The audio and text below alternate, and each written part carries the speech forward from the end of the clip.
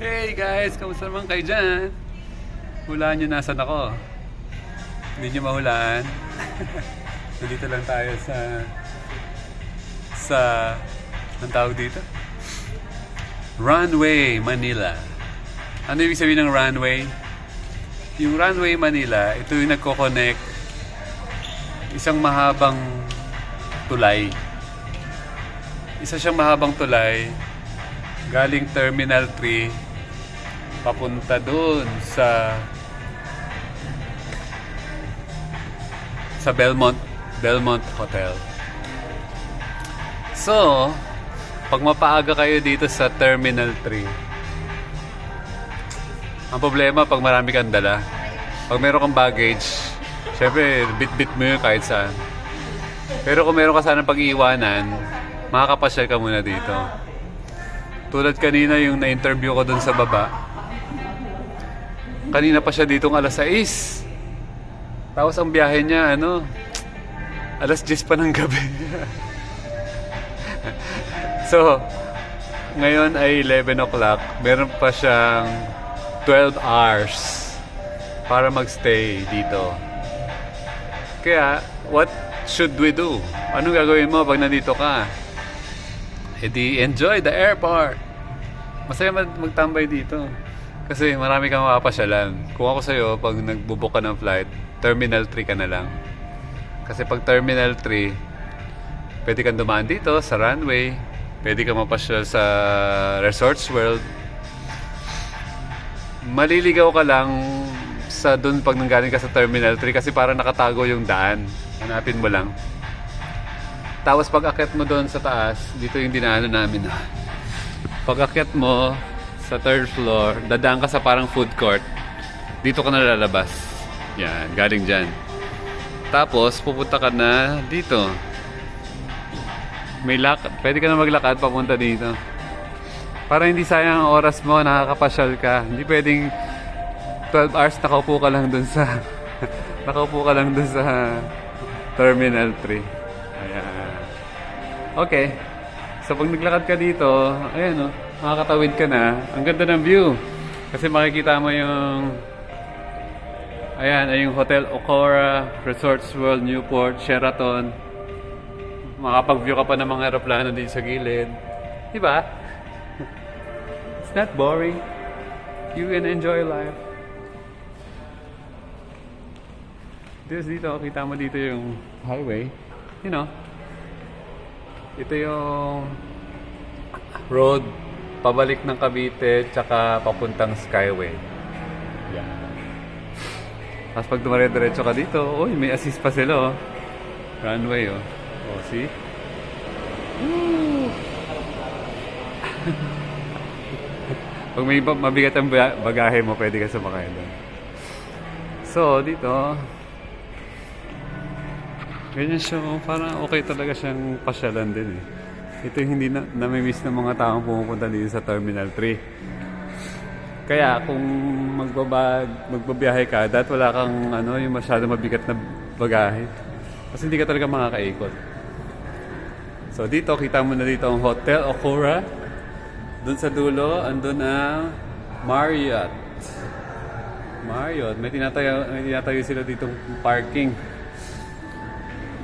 Kailangan magtayo ng maraming parking kasi ang mga tao puro na sasakyan.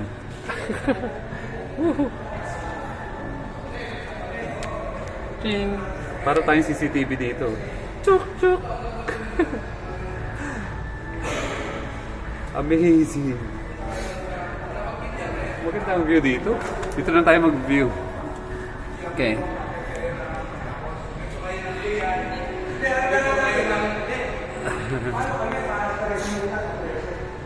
Yan, parang hindi ka maboard. Siguro kahit mga 12 hours ako dito, hindi ako maboboard. Kasi I know my way around. So pag pumunta ka pa dyan sa hotel na yan, ang dami mo mapupunta. Huwag ka matakot mamasyal. Makikita mo yung mga iba't ibang klaseng mga tao sa mundo.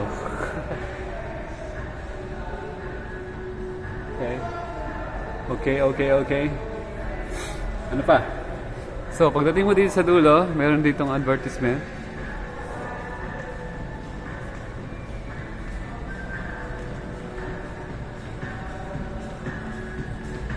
Yan, yung mga events na mangyayari dito. Yan, 30 na tayo bababa. Gusto ko lang pakita sa inyo na may elevator dito, hindi ka comfort. Exercise tayo. May CR pa oh. See oh, look oh. Wow. See? Very nice. Okay, huwag niyo kalimutang pasyalan tong Runway Manila. And, kita ko na ngayon ang Terminal 3 kasi nasa kabila na ako. Okay, ayun yung aeroplano.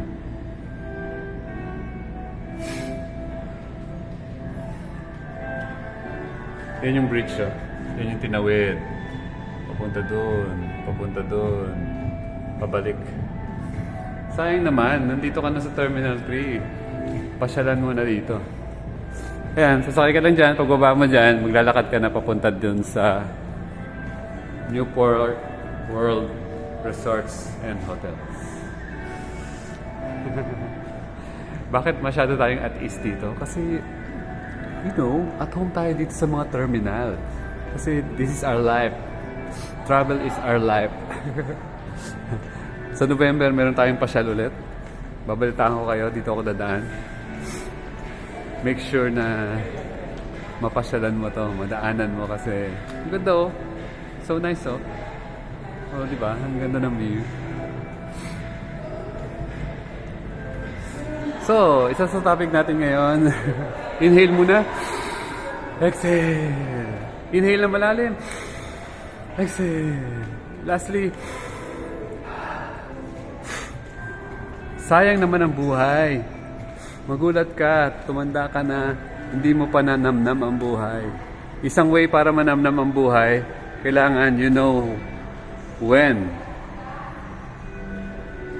na lagi ka mag-travel.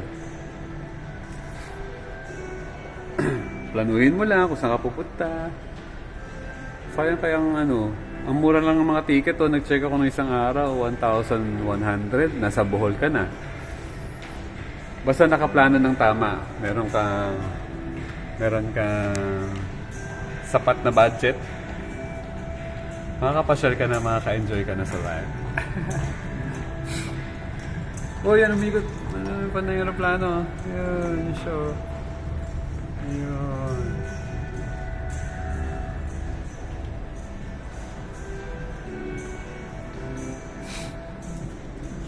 So, itry mo muna kahit mga once a year. Tapos pag marami ka ng budget, maging twice a year, 3 times a year. Hindi ko makakalimutan yung ginawa ko. Very memorable yung ginawa kong 3 months travel, Visayas, Mindanao. Amazing yung biyahe na yun. So, ang next kong goal, makatravel naman ako ng mga 4 months na walang uwian. Siyempre, yung mga hindi ko pa nadadaanan, hanap ako ng mga ibang way, ibang place to explore. Pinag-iisipan ko pa. Itutuloy ko siguro yung isang travel ko pero hanggang doon lang sa Bohol. Di ba ang ganda dito? So, pag hindi ka pa nakakapagplano ng travel mo, ano bang rason mo? Wala kang kasama? Mas maganda nga mag-travel ng mag-isa lang eh. Kasi lahat ng gusto mo mapupuntahan. Naalala ko, nagpunta ako ng Siquijor. Meron dong isang lalaki. Naglalakad lang siya. Naglalakad lang siya mag-isa. Ay ko, pero mas parang i-enjoy mo rin yung ganong travel na mag-isa. Lone travel. Kasi yung gusto mo puntahan, napupuntahan mo talaga. Hindi ka tawag dyan?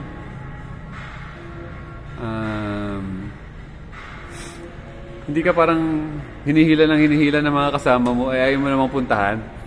At least, pag ikaw lang mag-isa, nakaka-travel ka na kung saan mo gusto pumunta. Halimbawa, interested ka sa nature, hindi yun lang pupuntahan mo. Interested ka lang umupo sa coffee shop, walang pipigil sa'yo. Yung travel na relax, hindi yung sobrang ayoko nun. Yung mga travel na yung controlled. Yung lagi kang inihila ng mga tour guide. Naranasan ko yun sa Singapore yata yun. Oh, let's go na. Parang rush ng rush. Siguro yung iba gusto ganun kasi nagmamadali. Pero ako, ayoko ng travel na rush kasi gusto ko, ini-explore ko yung bawat lugar na pinupuntahan ko. Tapos hindi ako papayag na wala akong maging friends. Kailangan meron ako makilala man lang, nagkaroon ako ng good experience. Meron ako na-meet na new friend na meron akong babalikan. Kaya excited tayo lagi mag-travel. So, kailangan nga lang ayusin mo yung finances mo. Huwag ka masyadong magastos. Tanggalin mo yung mga gastos na hindi naman kailangan. Tulad ng mga kuryente. Bakit ang dami mong kuryente? Eh kasi ayaw mo pa matulog ng gabi.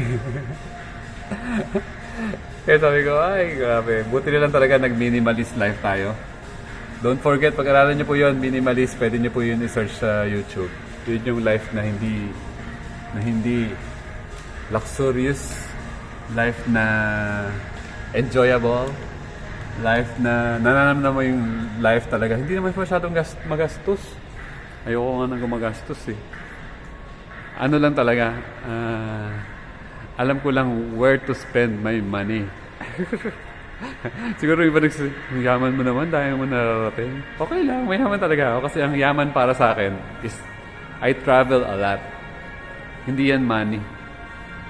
Para sa akin ang yaman is yung experience, travel, ikot, pasyal, yan. Tapos meron kang healthy body na syempre kailangan healthy body mo. Kung hindi ka healthy, ang mangyayari sa'yo, hindi ka fit, kailangan fit. Hindi ka mataba para hindi ka mahirapan sa paglalakad. Mas marami ang lakad kasi. Okay, that's our 12 minutes. I love you all.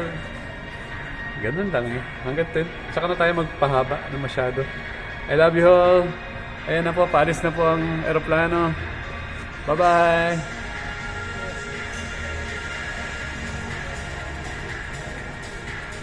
I love you all. Kape-kapean. Peace. Peace, peace sa inyong lahat. Bye-bye.